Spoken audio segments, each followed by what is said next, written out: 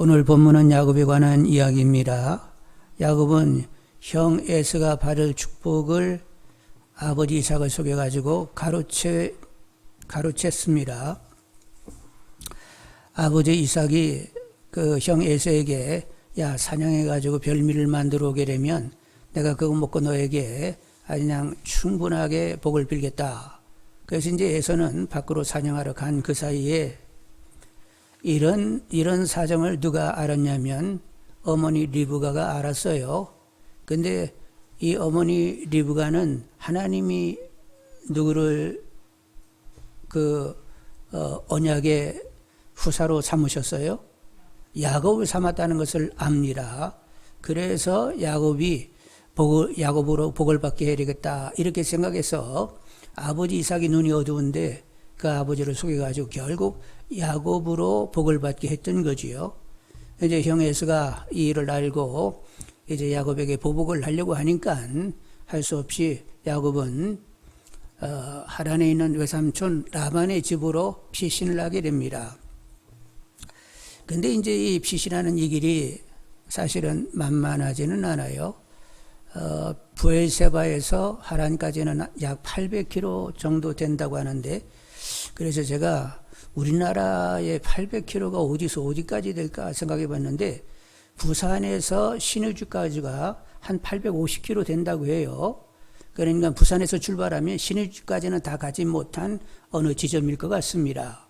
근데 사람이 보통 매일 이렇게 걸어야 되는데 그렇게 많이 걸을 수 있는 건 아니잖아요. 그래서 제가 계산을 하기를 한 50리 정도 걷는다. 우리식으로 50리면 20km인데 20km씩 이렇게 걷기로 말하면 800km면 40일 정도는 걸리지 않겠는가. 좋게 한 40일 이상을 걸려야 브엘세바에서 하란까지 간다 이렇게 생각이 드는 거예요.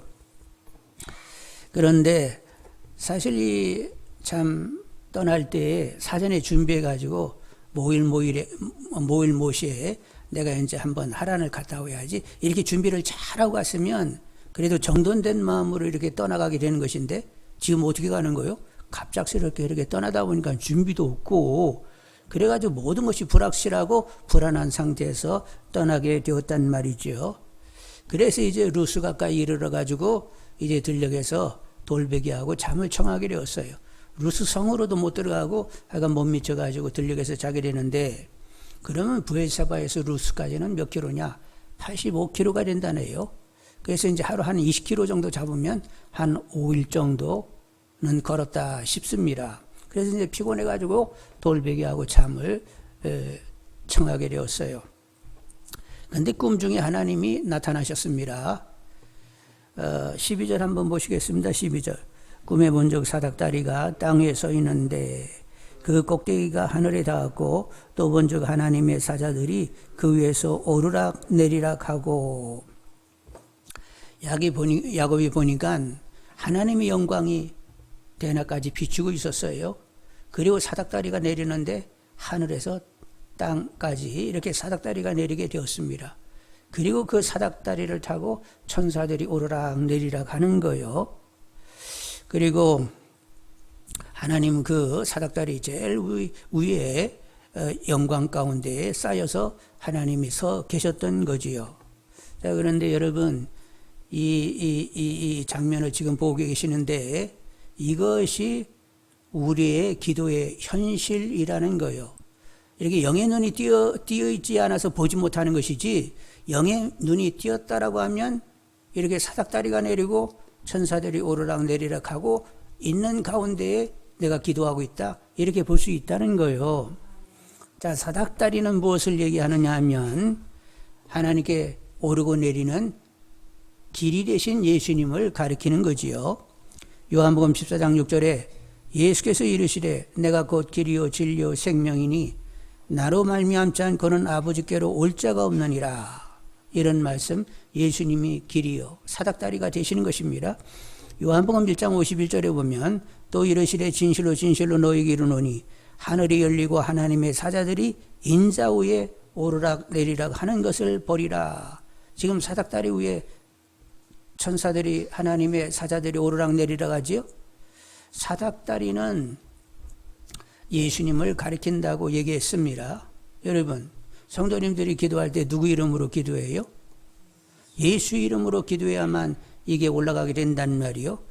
그리고 이제 또 이렇게 예수님의 이름으로 기도하면 천사들이 그 기도를 받아가지고 하나님께 전달하게 되고, 또 천사들은 하나님의 응답 또는 어떤 조치가 있으면 그 응답을 전하기도 하고 어떤 조치를 행하기 위하여 또 이렇게 오게 된단 말이요. 이런 장면을 이제 요한계시록을 통하여 보게 되는데, 요한계시록에 보면, 계시록 8장에 보면 천사들이 향로의 향을 받아가지고 하나님께로 가져가게 됩니다. 이 향은 뭐라고? 성도들의 기도라고 했어요.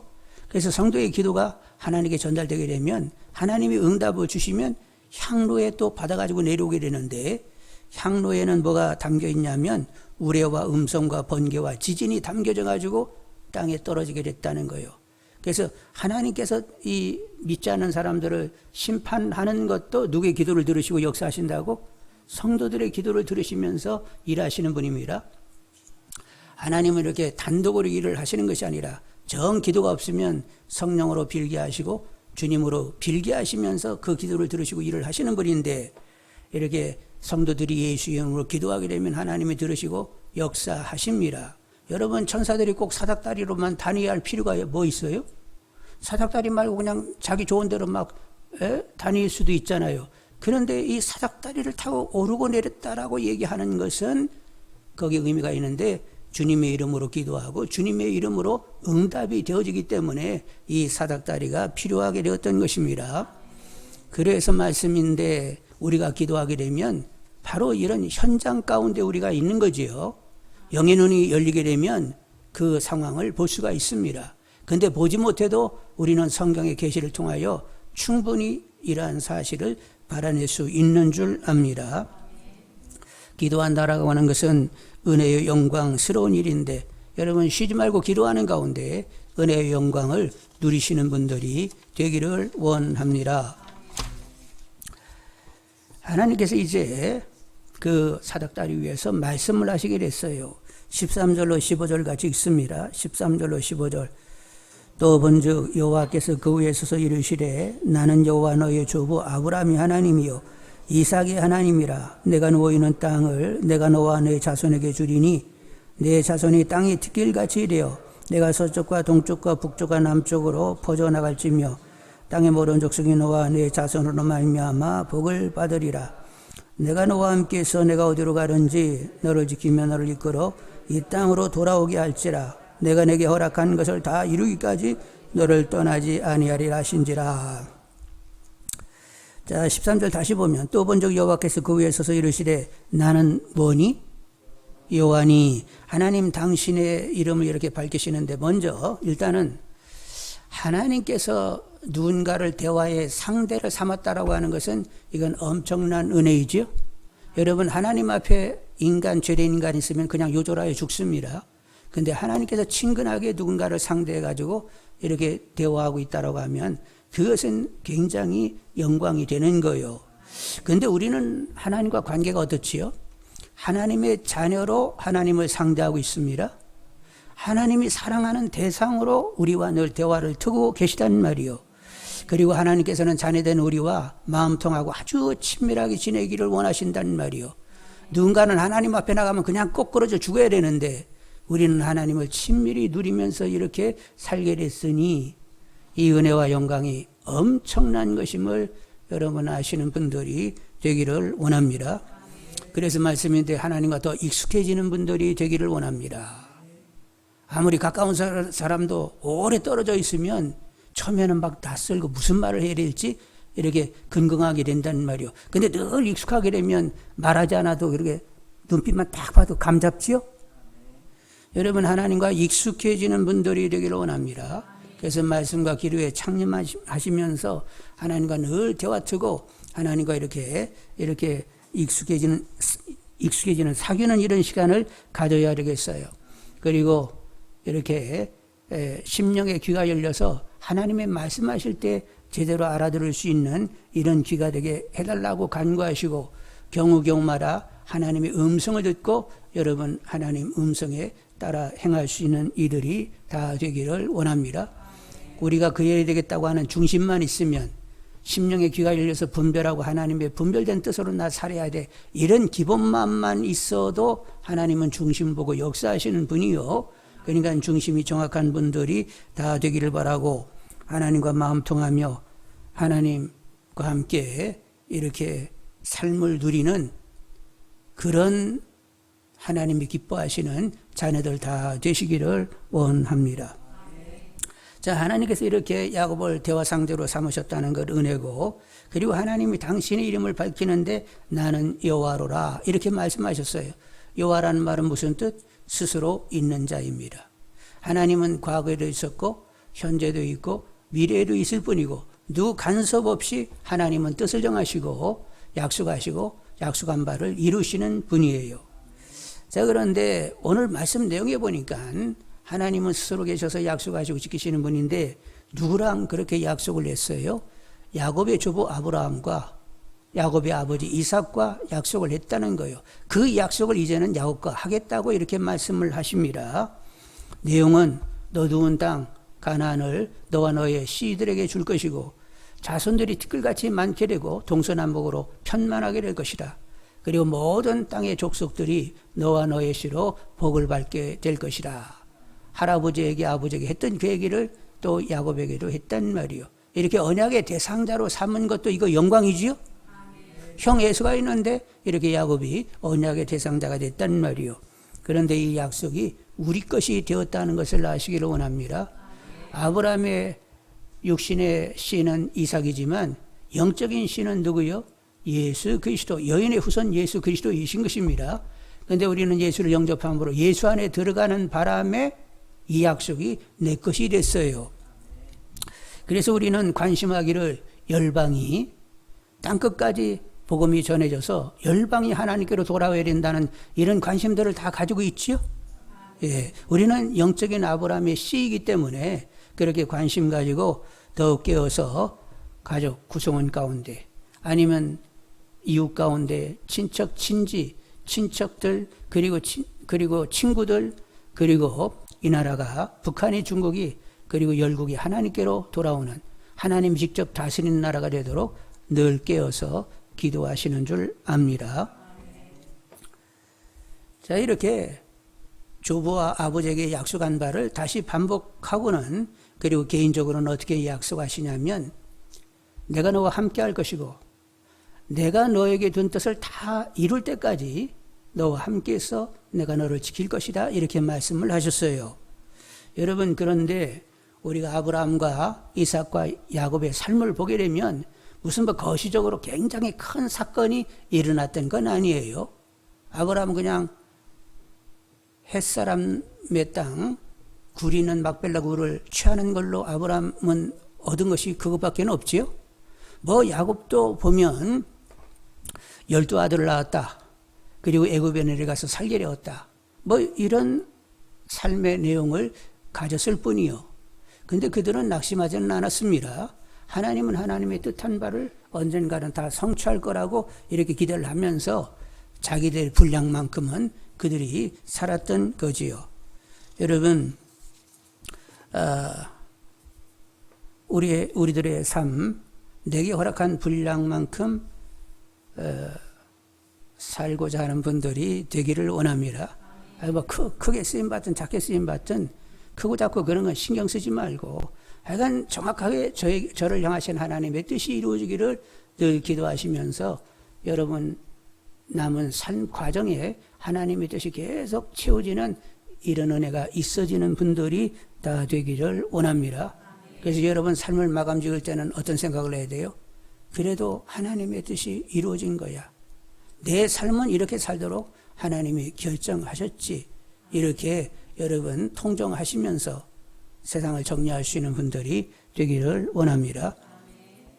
자, 오늘 이제 야곱이 베델에서 하나님을 만나게 됐는데 앞으로 무슨 일이 일어날지 아는 거 있어요, 없어요? 자기가 라반 삼촌 집에 가가지고 그냥 아주 고되게 머슴살이 할 줄 알았어요, 몰랐어요? 그리고 부인이 넷이 생기고 결국 12아들 얻을 줄 알았어요, 몰랐어요? 그리고 이제 돌아오다가 세겜에서 날 지나가 겁간을 당하고 세겜 추장 아들에게 겁간을 당하고 그래서 결국 야곱의 아들들이 세겜의 그 남정네들에게 당신들 할례를 받아야 우리와 관계할 수 있다고 해놓고는 할례밖에 하고는 다 죽여서 정말로 가족이 몰살당할 일을 위기에 겪게 될 줄 알았어요, 몰랐어요? 몰랐어요. 그리고 요셉이 형의 안부를 물으러 목축을 하다 보니까 이리저리 이렇게 돌아다니는데 형의 안부를 물으러 갔다가 돌아오는 길에 짐승에 물려 죽을 줄 알았어요, 몰랐어요? 사실은 죽지는 않고 형들이 약대 상인들에게 팔아버렸는데 하여간 짐승에 물려 죽었다고 하고 가슴에 그 아들을 묻고는 늘 슬퍼하며 지냈단 말이요. 그럴 줄 알았어요, 몰랐어요? 그리고 사랑하는 아내 중에 가장 사랑하는 라헬이 막내 베냐민을 낳다가 베냐민을 결국 낳고 그냥 죽게 되는데 정말로 사랑하는 아내가 죽고 그리고 엄마 없는 베냐민을 보게 될 줄 알았어요, 몰랐어요? 아이, 빨리 싸게 대답해요. 그리고 이제 큰 흉년이 들어가지고 결국 애굽에 내려가서 살게 되는데 아니 죽었다는 아들이 그냥 애굽의 총리 대신이 돼가지고 고센으로 내려와서 살자고 이렇게 막 그 금수레를 이렇게 보낼 줄 알았어요, 몰랐어요? 근데 하여간 애굽에 내려가서 삽니다. 70인 가정이. 근데 그 70인 가족이 내려가 사는데 그 70인이 고센에 머무른 것이 신약에는 예수님이 십자가에 달려 죽고 다시 사심으로 구원의 큰 역사를 보여주셨는데 구약에서 가장 큰 구원의 역사는 뭐예요? 출애굽하여 광야를 지나 가나안에 들어가는 것이 하나님의 위대한 구원 역사입니다. 구약에 대표되는 일이요. 그 일의 시작이 70인이 고센에 내려가면서 시작이 되는 거예요. 그렇게 하나님의 큰 구원의 역사가 이제 막 시작이 됐다고 이렇게 알고 갔어요? 모르고 갔어요? 모르고 갔어요. 그런데 하여간 모르고 갔지만 하나님은 그를 향한 하나님의 뜻을 다 이루시게 되었던 것입니다. 우리들도 내일 일을 알아요, 몰라요? 몰라요. 모르는데 한 가지 아는 건 뭐냐면 하나님은 나와 함께 하신다. 그리고 당신이 나를 향한 하나님의 선하신 뜻을 이루기 위하여 나를 계속 다루실 것이라. 부르시고 택하시고 의롭다 하신 분이 나를 영화롭게 하실 것이라. 그분이 나의 필요를 채우시고 사람이 필요하면 필요한 사람 붙여주시고 내 삶을 그분이 선하게 주장할 것이다. 이건 확신하시지요? 그래서 늘 소망 중에 거하고 그런 하나님을 우러러 앙망하면서 독수리 날개집에 올라갔던 샘 가지고 사시는 것이지요? 네. 내일 전혀 몰라도 괜찮습니다. 하여간 하나님의 품에 안겨서 살고 있는 나인 줄 아시고 하나님이 선한 뜻을 가지고 나를 다루고 계시니까 하여간 소망 중에 힘있게 사시는 분들이 다 되시기를 원합니다. 저도 지난 세월을 생각해 보면 하여간 하나님이 변화를 주셨다는 사실만큼은 분명해요. 참 예수 알지도 못하는 가정에서 태어나가지고 친구 따라 교회 가가지고 그러면서 끊임없이 변화를 받게 됐단 말이요. 그래도 지금은 하나님과 마음을 통해 보려고 애를 쓰고 친밀하게 지내려고 하나님을 누리는 재미로 살려고 이렇게 마음이 이렇게 쏠려가는 걸 보니까 그동안 하나님께서 참 많이 변화를 허락해 주신 것이다. 뜻을 그렇게 정해 주시고 하여간 체질은 여전히 죄된 체질을 가지고 있지만 하나님의 작정된 사랑으로 인하여 계속 나는 변화를 받은 것이다. 그래서 저 지난 날들을 생각하면 그동안 변화가 있었다. 앞으로도 변화를 주실 것이다. 이것이 저에게는 가장 크게 다가오는 은혜가 되고 있습니다. 하여간 우리 모두 하여간 하나님의 뜻이 계속 이루어지기를 기도하시면서 마지막 삶을 정리할 때, 세상을 떠날 때 그래도 하나님께서 나를 이렇게 다루셔서 이렇게 변화를 주신 거야. 이렇게 되도록 하나님께서 열심히 특심이 되도록 나를 주장해 오셨지. 이렇게 통정하면서 세상을 편케 떠나시는 분들이 다 되시기를 원합니다. 나 안 가려고 하는데 왜 데려가려고 했어요? 이러지 말고. 하여간 하나님 그동안은 참 수고 많이 하셨다고. 이렇게 하나님을 알게 하시고 하나님 기뻐하고 즐거워하고 하나님 그래도 하나님의 선과 신실을 누리며 살다가 저 떠나가게 된다고. 하나님 가슴 폈어요. 나 안기려고 하는데. 그러면서 떠나가시는 분들이 다 되기를 원합니다. 오늘 야곱은 하나님의 현년과 그리고 말씀하심을 듣고 이제 흔들리지 않는 믿음이 되게 되었던 거지요. 여러분, 믿음은 하나님의 선물입니다. 내가 아둥바둥한다고 해서 가질 수 있는 것이 아니라 여러분 믿음 주시기를 기도하십시오. 그리고 믿음의 부유를 누리시는 분들이 다 되기를 원합니다. 야곱은 생각지 않게 하나님이 나타나 주시고 말씀하신 그곳 들녘을 벳엘이라고 이름을 짓게 되었습니다. 벳 하면 집이요.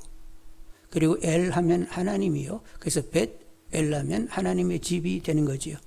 여러분 벳들레헴 이렇게 부르잖아요. 벳 하면 뭐요? 집이고 떡집이란 말이죠. 이게 벳이 붙으면 이게 집이 되는 것입니다. 16절로 19절 한번 보겠습니다. 16절로 19절 다 같이. 야곱이 잠이 깨어 이르되 여호와께서 과연 여기 계시거늘 내가 알지 못하였도다. 이에 두려워하여 이르되 두렵도다. 이곳이요 이것은 다름 아닌 하나님의 집이요 이는 하늘의 문이로다 하고 야곱이 아침에 일찍 일어나 베개로 삼았던 돌을 가져다가 기둥으로 세우고 그 위에 기름을 붓고 그곳 이름을 베리라라 했더라. 이 성의 옛 이름은 루스더라. 자, 이제 이제 야곱이 베렐 경험을 하게 됐는데 하나님의 집을 경험하게 됐습니다. 하나님이 영광이 비쳤다. 하나님이 이렇게 영광이 두루 비추고 있다. 그 둘러진 영광 속에 하나님과 천사와 야곱이 있다. 그리고 야곱은 하나님을 대면하고 하나님의 음성을 듣고 있다. 이것은 무슨 인간이 벽돌과 흙으로 이렇게 집을 지어서 어떤 공간이 만들어진 것이 아니라 하나님의 영광이 둘러진 그것이 하나님의 지금 집이라고 얘기하는 거지요. 여러분, 우리는 이렇게 하나님의 영광의 임재, 그 둘러진 공간 가운데에 사실은 우리가 있다는 사실을 인정할 수 있는 분들이 다 되기를 원합니다. 내가 어디에 있든지 하나님 영광으로 우리를 둘러싸고 계세요. 바로 하나님의 집이 만들어지고 있는 것입니다. 내가 있는 자리가 바로 하나님의 집이 되는 거예요. 시편 139편 7절로 10절에 내가 주의 영을 떠나 어디로 가며 주의 앞에서 어디로 피하리이까. 내가 하늘에 올라갈지라도 거기 계시며 수월에 내 자리를 펼지라도 거기 계시니이다. 내가 새벽 날개를 치며 바다 끝에 가서 거주할지라도 거기서도 주의 손이 나를 인도하시며 주의 오른손이 나를 붙드시리이다. 하늘에 가도 수월에 가도 지옥에 가도 바다 끝에 가 있어도 하나님은 함께 하시고 나를 두르신단 말이요. 우리는 영광의 임재 가운데 있게 되는 것입니다. 하나님의 품 가운데 있는 것입니다.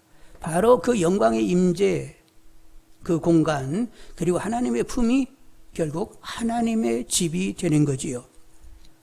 자, 그래서 들녘에만 이런 역사가 일어나는 것이 아니라 어디서든지 일어날 수 있는 것입니다. 자, 선지자 요나가 야, 너 니느웨로 가야 되겠다. 악독이 이제 극에 달아가지고 내가 심판할 수밖에 없는데 그들에게 가가지고 악독을 회개하도록 좀 네가 외쳐야 되겠다. 그런데 이제 이 요나가 왼수 니느웨 가가지고 회개해가지고 하나님의 용서를 받는다? 다 싫어. 그래서 어디로 갔어요? 다시스로 거꾸로 그냥 도망을 그리 가버렸어요. 배 타고. 그런데 하나님이 큰 폭풍을 일으키시게 되었고, 그리고 선원들이 이건 누구의 잘못인가 한번 제비뽑기 하자고 해가지고 누가 걸렸다고? 요 나가 걸렸어요. 그래가지고 이제 요 나를 던져버렸단 말이요. 근데 하나님이 뭘 예비해 놓으셨다고? 큰 물고기를 예비해 놓으셨다가 꿀꺽하게 되었어요. 이제 3일 밤낮 뱃속에 그렇게 있게 됐는데, 근데 거기서 기도하면서 제가 이렇게 소홀에 갇혔습니다. 이런 표현을 썼더라고. 그러니까 그 속이 그냥 지옥 같았는가 봐요. 이 큰 물고기가 물 한번 쫙 마시게 되면 막 바다 해초고 뭐고 막 몰려들어가지고 그냥 다 뒤집어 쓰고, 그걸 또 풍이라고 애를 쓰고 막 그러고 지냈지요. 그러면서 이제 회개를 하게 됐는데, 그래서 하나님께서 회개를 다 하니까 또 이 물고기에게 명하셨다는 거예요. 성경이 재밌어. 그래서 물고기에게 야, 토해라 이제는. 그래서 물고기가 육지에 가다가 그냥 확 토해버렸단 말이요. 그러면 그 고기 뱃속에 있을 때에 하나님의 기도를 다 들으셨잖아요. 하나님이 거기 계셨어요? 고기 뱃속에 같이 계셨어요? 안 계셨어요? 네가 어디 있든지 하늘에 있든지 수월에 있든지 바다 끝에가 있든지 어디 있든지 내가 함께 하신다고 했으니까 너라고 함께 하신 하나님이 뱃속에 계셨잖아요. 고기 뱃속. 바로 그것이 베델이라고 하는 것이에요. 다니엘의 세 친구가 바벨론 왕 느부갓네살이 금신상을 만들어 놓고 절하지 않으면 풀무불에 던진다고 했습니다. 그런데 다니엘 세 친구가 하나님 외에는 다른 신을 섬길 수 없다고 해가지고 풀무불에 던지게 되었어요. 그리고 느부갓네살 왕이 노해가지고 풀무불을 7배나 더 뜨겁게 만들라고 했습니다. 던져놓으면 그냥 머리카락이 타고 그냥 겉옷이 타면서 타는 냄새가 막 나고 생살이 타는 냄새가 쫙 나야 되는 거라니요. 근데 냄새 하나도 나지 않고 세 사람이 그냥 그 안에서 산보하고 있네. 그런데 거기 보니까 또 한 사람이 있는데 뭔가 그 세 사람과는 다른 그냥 더 빛난 모습으로 신의 아들이 거기 있었단 말이요. 이제 우리는 그 신의 아들을 예수님이라고 생각을 하는 거예요. 그 풀무 속에 누가 임하신 거예요? 하나님께서 임하셔서 그들을 보호하고 계시는 거지요. 그래서 그 풀무불 속이 뭐요? 곧 하나님의 집 베델이 되는 것입니다. 이사야 선지자는 말씀하시기를 이사야 46장 3절로 4절에 야곱의 집이요 이스라엘 집에 남은 모든 자요 내게 들을지어다.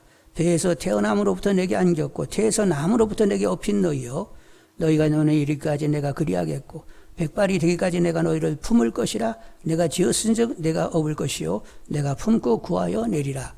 여러분, 하나님은 자기 사람과 늘 어디에 있든지 함께 한다고 했지요. 하늘, 수월, 바다 끝 다 간다고 했습니다. 간데 가가지고 어떻게 하신다고? 계속 품고 지내신다는 거요. 그러니까 이 하나님의 품이 하나님의 집이다, 베델이다 이렇게 얘기할 수 있는 거지요. 여러분, 로마 제국 시대에 박해가 오랜 동안 지속이 됐습니다. 근 200년 이렇게 박해가 지속이 됐는데, 그래서 로마 성읍에 사는 사람들은 어디에 살게 되었다고요? 카타콤에 살게 되었습니다. 콤하면 무덤인데 지하 무덤 속으로 들어갔어요. 사람들이 지하 무덤이 있으면 더 연장하고 더 아래로 깊이 파내려가면서 그곳에 다 살았던 거지요. 근데 하나님 거기 함께 계셨어요? 안 계셨어요? 하나님도 거기 함께 하셨습니다. 그래서 그 무덤 속이 결국 하나님의 집 베델이었던 것이지요. 여러분, 베델은 임마누엘로 하나님이 함께 하셔서 그 영광 가운데 품으시고 하나님이 지키시는 그 자리는 다 베델이 되는 것입니다. 그래서 말씀인데 여러분은 지금 하나님이 함께 하시고 하나님이 여러분을 품고 계십니다. 하나님의 임재 속에서 베델의 인생을 살고 계시는 것입니다. 내가 하나님의 임재 가운데 있다는 사실을 놓치지 않은 분들이 다 되기를 원합니다. 하나님의 임재 속에서 하나님이 확실히 누려지는 분들이 다 되시기를 원합니다. 근데 이제 이 하나님의 집은 한동안 성막과 성전으로 이렇게 가시적으로 표상되기로 했어요. 출애굽한 이스라엘 백성들이 광야를 지날 때 성막을 짓도록 했습니다. 그리고 이제 가나안에 들어가서는 솔로몬에게 성전을 짓게 했습니다. 그것은 하나님이 백성들 가운데 함께 하시면서 그들을 다스리시고 그들을 돌보신다는 강한 메시지를 주고 있는 거지요. 그런데 이렇게 하나님의 영광 중에 당신의 백성들 가운데 임하셔서 그들을 다스리고 돌보시는 것이 분명한데, 근데 이 성막 성전이 이제 더 진일보하게 또 다시 다르게 계시가 되었단 말이요. 그게 뭐냐면 사람의 심령이, 몸이 하나님이 거하시는 전이 됐다고 계시를 하신 것입니다. 근데 그 얘기를 제일 먼저 꺼내신 분이 예수님이세요. 요한복음 2장 19절 21절에 예수께서 대답하여 이르시되 너희가 이 성전을 헐라 내가 사흘 동안에 일으키리라. 유대인들이 이르되 이 성전은 46년 동안 지었거늘 내가 3일 동안에 일으키겠느냐 하더라. 그러나 예수는 성전된 자기 육체를 가리켜 말씀하신 것이라. 결국 예수님은 당신의 죽음과 다시 삶을 성전의 무너짐과 다시 복구로 이렇게 설명을 하셨단 말이요. 여러분 예수님이 언제 성전이 되셨어요? 세례 요한에게 세례를 받으시고 그래서 물에서 이렇게 바깥으로 나오셨습니다. 그리고는 하나님께 기도했더니 성령이 비둘기처럼 충만으로 임하시게 되었습니다. 그 성령이 임하실 때 누구도 오셨다? 하나님도 예수님 안에 오시게 되었어요. 그래서 예수님이 성전이 됐는데 그래서 예수님은 성전된 삶을 어떻게 살았느냐? 예수님은 하나님을 어떻게 깨끗이 모시고 결국 거룩한 성전의 삶을 살게 되었느냐? 예수님은 늘 말씀하셨어요. 나는 나 보내신 이의 뜻을 이루는 것이 나의 양식이다. 오직 하나님의 뜻으로만 예수님은 사셨어요. 그래서 임의로 말하고 임의로 행하지 않았습니다. 내 안에 오신 하나님이 말하게 하심으로 나는 말하는 것이고 내 안에 오신 하나님이 행하게 하심으로 행하는 것이다. 아버지와 나는 하나이고 나를 본 것은 아버지를 본 것이다. 이렇게 하나님을 모시고 하나님의 다스림 가운데 순간을 사시면서 이렇게 거룩한 하나님의 성전된 삶을 살게 되었던 거지요. 여러분 다 성도님이십니다. 진짜 성도님들이 되시기를 원합니다. 여러분 성도하면 거룩한 무리인데 여러분 구별된 자라는 의미를 갖고 있죠. 여러분이 왜 구별됐어요? 믿지 않은 사람과 내가 구별된 것이 뭐예요? 그 사람은 착한 일을 조금 못하고 우리는 많이 해서 구별된 거예요? 그들은 하나님 말씀 몰라서 이렇게 못 살고 우리는 하나님 말씀을 아니까 말씀으로 살아서 이렇게 구별된 거예요? 물론 그런 의미도 없지 않습니다. 그런데 결정적인 것은 그들은 성삼위 하나님을 모시지 않았고 우리는 모셨다는 데 차이가 있는 거예요. 우리는 주님과 연합하여 주님의 몸이 됐고 또 하나님의 영광의 임재가 있어서 성전이 됐다는 것이 주님의 몸이 아닌 성전되지 못한 사람과 완전히 구별이 되는 것입니다. 자, 그러면 우리가 주님의 몸이 됐고 그리고 하나님의 성전이 되었으면 질문이 따르게 되어 있어요. 내가 주님과 연합하여 주님의 몸이 되었으면 어떻게 살아야 되는 거지? 하나님의 영광의 임재가 있는 지성소가 되었는데 여러분 성전에는 내수가 있고 외수가 있습니다. 외수를 그냥 성소라고 하면 안쪽은 지성소라고 하는데 내가 지성소가 됐는데 하나님을 내 안에 모셨으면 나는 어떻게 살아야 되는 거지? 이런 질문이 따라야만 됩니다. 그런데 그런 질문을 던지게 하시는 분이 누구라고요? 성령님이 하시는 일이요. 그래서 내가 주님과 이제 연합하여 주님의 몸이 되었다? 그럼 나 어떻게 살아야 돼? 어떻게 살아? 주님만이 나를 움직일 수 있는 것이라. 이것이 주님의 몸으로 자기 인식이 있는 거예요. 하나님의 성령의 하나님과 성령이 임하시는 전이 되었다? 그러면 하나님의 다스림 가운데 순간을 살아 하나님의 오직 뜻으로만 살아야 된다. 이렇게 결정나야 제대로 성전이 된 거예요. 그래서 여러분 제대로 성도이기를 원합니다. 제대로 구별된 자들이 되기를 원합니다. 내가 왜 저 사람들과 구별이 돼? 주님의 몸이래요. 주님의 주장함 가운데 순간을 사니까 내가 왜 저들과 다르게 성전이 됐어? 하나님의 영광의 임재와 그분의 다스림 가운데 순간을 사니까 하나님의 성전이 되었지. 이런 결정이 나서 정말로 주님의 몸으로 성전된 자로 삶을 살고자 하는 분들이 다 되기를 원합니다. 물론 주님의 몸으로 제대로 움직이지 못하고 하나님의 다스림 가운데 순간을 못 산다 할지라도 나는 주님의 몸이고 하나님의 전이 됐는데 그럼 나 어떻게 살아야 되는 거야? 하고 자꾸 질문을 던지면 못 사는 나이지만 기도는 있게 된다는 말이요. 하나님 어떻게 좀 주님의 몸으로 하나님의 성전으로 살게 좀 해주세요. 이 기도는 더 진득하게 그리고 깊이 있게 할 수 있단 말이요. 기도에는 유가 없어요. 빌바를 하는 분들이 다 되시기를 원합니다. 여러분 바울은 주로 사는 것에 대해서 어떻게 말씀하셨어요? 갈라디아서 2장 20절 내가 그리스도와 함께 십자가에 못이 박혔나니 그런즉 이제는 내가 사는 것이 아니요 오직 내 안에 그리스도께서 사시는 것이라.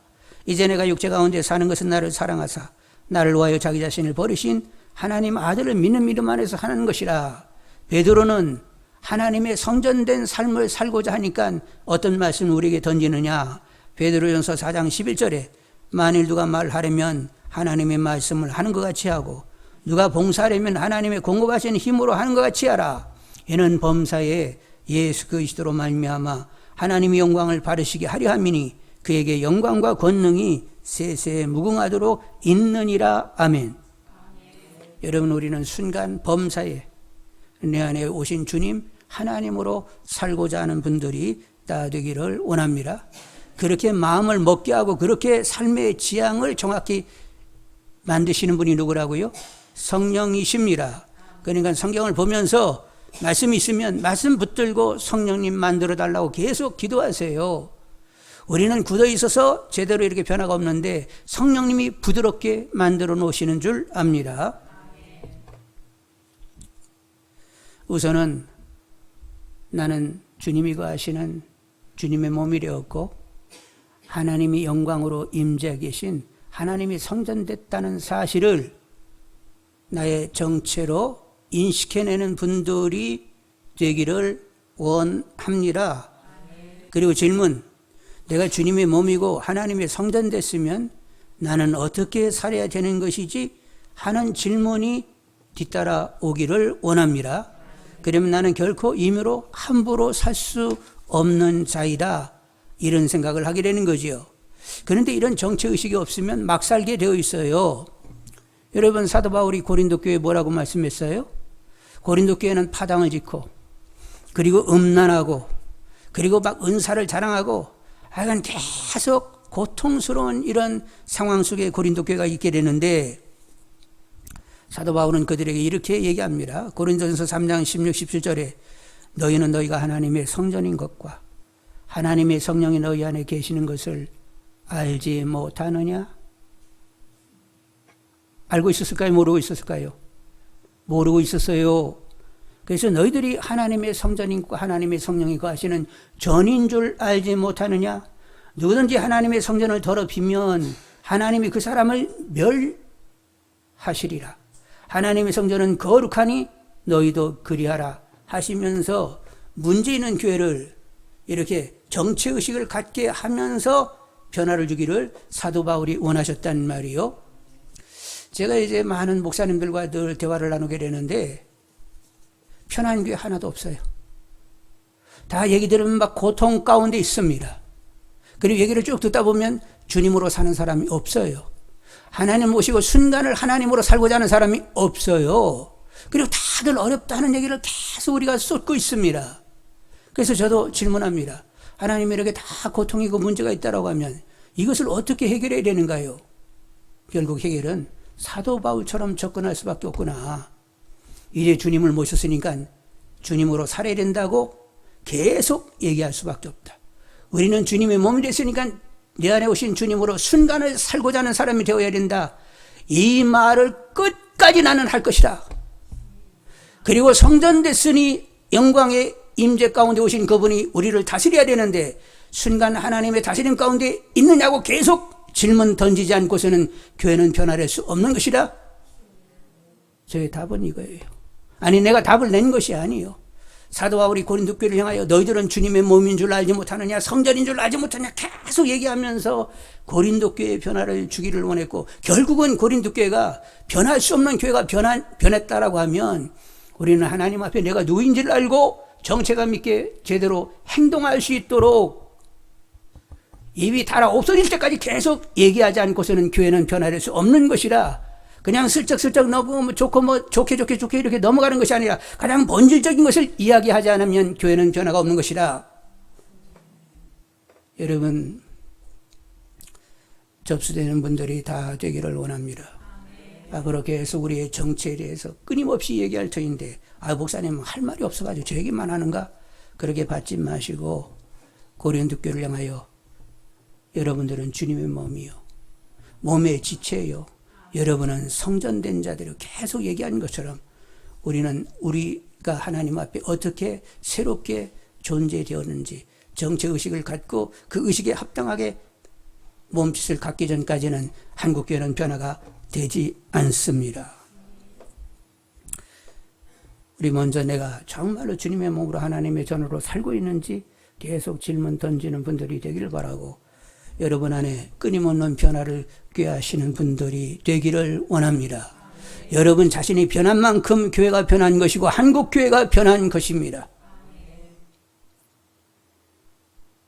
주님은 성전으로 사셨어요. 하나님의 다스림 가운데 순간을 사셨어요. 제자들이 예수님께 묻습니다. 어떻게 기도해야 되죠? 기도? 하나님의 이름이 거룩히 여김받도록 하나님 나라 건설과 하나님의 뜻의 성취를 위하여 기도하라 이렇게 말씀했습니다. 예수님이 그렇게 사셨고 우리에게 그렇게 기도를 가르쳐 주셨습니다. 이 성전된 삶을 기꺼이 살고자 하는 분들이 다 되시기를 원합니다. 우리들은 내일을 전혀 몰라요. 내일을 전혀 몰라도 괜찮아요. 하나님은 나와 함께 하십니다. 그분이 뜻을 가지고 나를 다루십니다. 확신하면 우리는 소망을 갖습니다. 그리고 기도하게 됩니다. 남은 날 동안에도 하나님의 뜻이 계속 채워지기를 원한다고. 그리고 그렇게 나를 변화시키기를 원하시고 변화주시는 하나님을 바라보면서 늘 소망과 새 힘을 갖게 되는 거지요. 자, 야곱 어땠다고요? 바로를 만났을 때 나이 130년 험악한 세월을 살았습니다. 이렇게 얘기를 꺼내는데 그러나 야곱은 그 험악한 세월 가운데 하나님은 늘 함께 하셨고 그리고 하나님은 자기를 향한 뜻을 다 이루셨습니다. 야곱은 자기 분량을 살았어요. 그래서 그가 나중에 죽어 천국에 가가지고 만족함으로 지내게 되었던 거지요. 우리도 언젠가는 죽습니다. 우리의 분량을 살 것입니다. 그런데 우리가 마지막 삶을 뒤돌아 통정할 때에 그래도 하나님의 뜻이 그런 대로 이루어져서 내 삶도 의미 있는 삶이었지. 나그네 인생길이었지만 하나님의 선과 신실을 맛보면서 나는 살았던 거야. 이렇게 정리가 되어지면서 이제 천국문이 열리고 두 손 활짝 펴며 나를 맡고 있는 주님의 품에 안기는 분들이 다 되기를 원합니다. 사람들이 요즘 무슨 재미로 사세요? 물으면 뭐라고 대답하셔야 된다고요? 하나님과 마음 통하고 하나님과 친밀하게 그분의 선과 신실을 누리는 재미로 나는 삽니다. 이렇게 얘기하니까 진짜 이거 예수쟁이 아니에요? 근데 그 말고 뭐 엉뚱한 소리나 팅팅하고 아니 하나님이 나를 막 부자 만들었어요. 그래가지고 그냥 막 수영장 있는 집에서 다 살아요. 이렇게 간증하는 사람들 하나님을 제대로 아는 거예요? 모르는 거예요? 다른 거 없어요. 하나님과 마음 통하고 그분하고 친밀하게 그분의 선과 신실을 누리며 사는 재미로 사는 거죠. 길게 이야기할 것도 없어요. 그냥 짤막하게 한마디로 여러분의 삶을 이야기하시는 분들이 다 되기를 원합니다.